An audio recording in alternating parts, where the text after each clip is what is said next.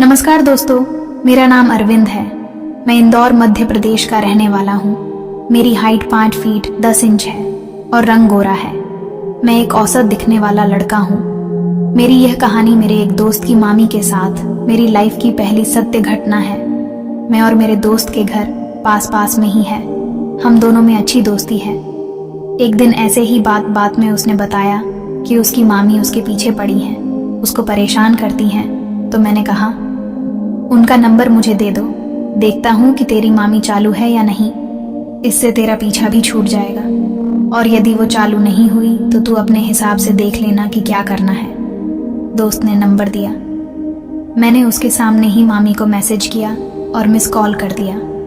थोड़ी देर में उनका जवाब आ गया और पूछने लगी कि कौन हो और नंबर कहाँ से मिला। पर मैंने कुछ नहीं बताया और कॉल काट दिया। उसके थोड़ी देर बाद वापस कॉल आया और इस बार हमारी बात शुरू हो गई। मैंने उन्हें अपनी बातों से खुश कर दिया और वो मुझसे बात करने लगी। उसके बाद कॉल और मैसेज का जवाब आना शुरू हुआ तो बातचीत का सिलसिला शुरू हो गया।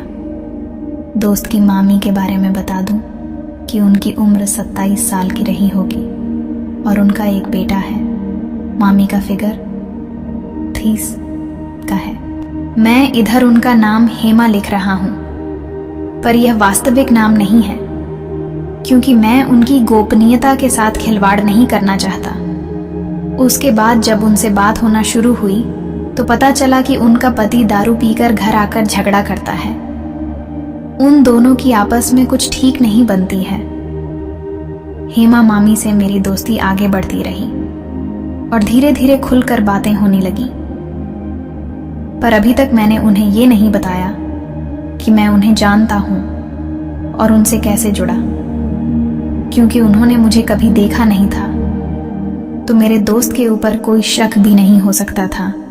अब व्हाट्सएप पर मैसेज से बातें होने लगीं, उसके बाद कॉल पर भी बातें चलने लगीं, दिन में वीडियो कॉल पर भी बातें होने लगीं, काफी देर देर तक और कई कई बार बातें होने लगीं। उनसे कॉल पर बात दिन में ही हो पाती थी, क्योंकि रात में बात करने पर उनका पति शक करता था। रात के उनके पति के सोने के बाद मैसेज से बात हो जाती थी। फिर एक दिन मैंने उन्हें अपने दिल की बात बता दी कि मैं उन्हें पसंद करता हूँ और उनसे मिलना चाहता हूँ। उन्होंने भी कहा कि वो भी मुझसे मिलना चाहती हैं। वीडियो कॉल पर तो बहुत बार बात हो चुकी थी। हमने वो सब बातें भी कई बार की थी। एक बार तो वीडियो कॉल में भी सब कुछ किया था, लेकिन अब सच में मिलने का दिल करता था। फिर हम दोनों ने एक दूसरे को अपनी अपनी फोटो भेजना चालू कर दिया और उनकी तारीफ करना शुरू कर दी। इस तरह से चैट होना शुरू हो चुकी थी। उसके बाद मिलने का प्रोग्राम बन रहा था, पर उन्हें थोड़ा दूर होने से और घर से उतनी देर बाहर रहने की टेंशन थी, क्योंकि सास सवाल जवाब करती थी और पति को बता देती थी। फिर बहुत दिनों बाद मौका मिला।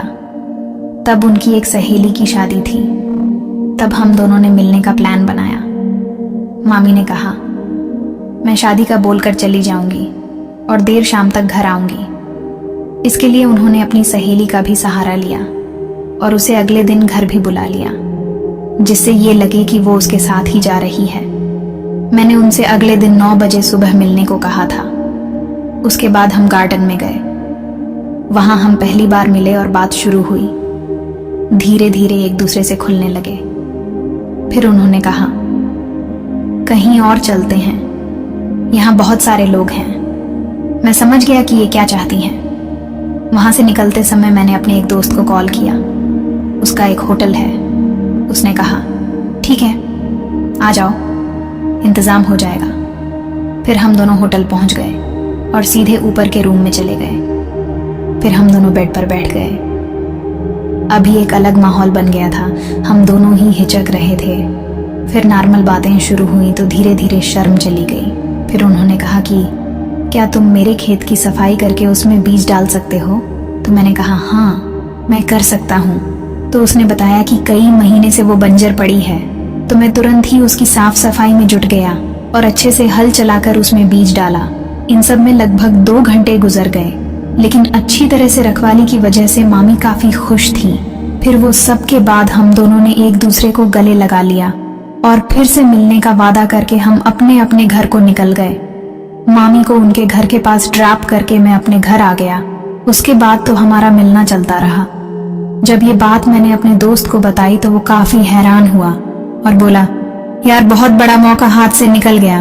तो मैं बोला, कोई नहीं दोस्त, अगर मौका मिला तो तुझे भी जरूर इसमें हिस्सा दिलवा दूंगा।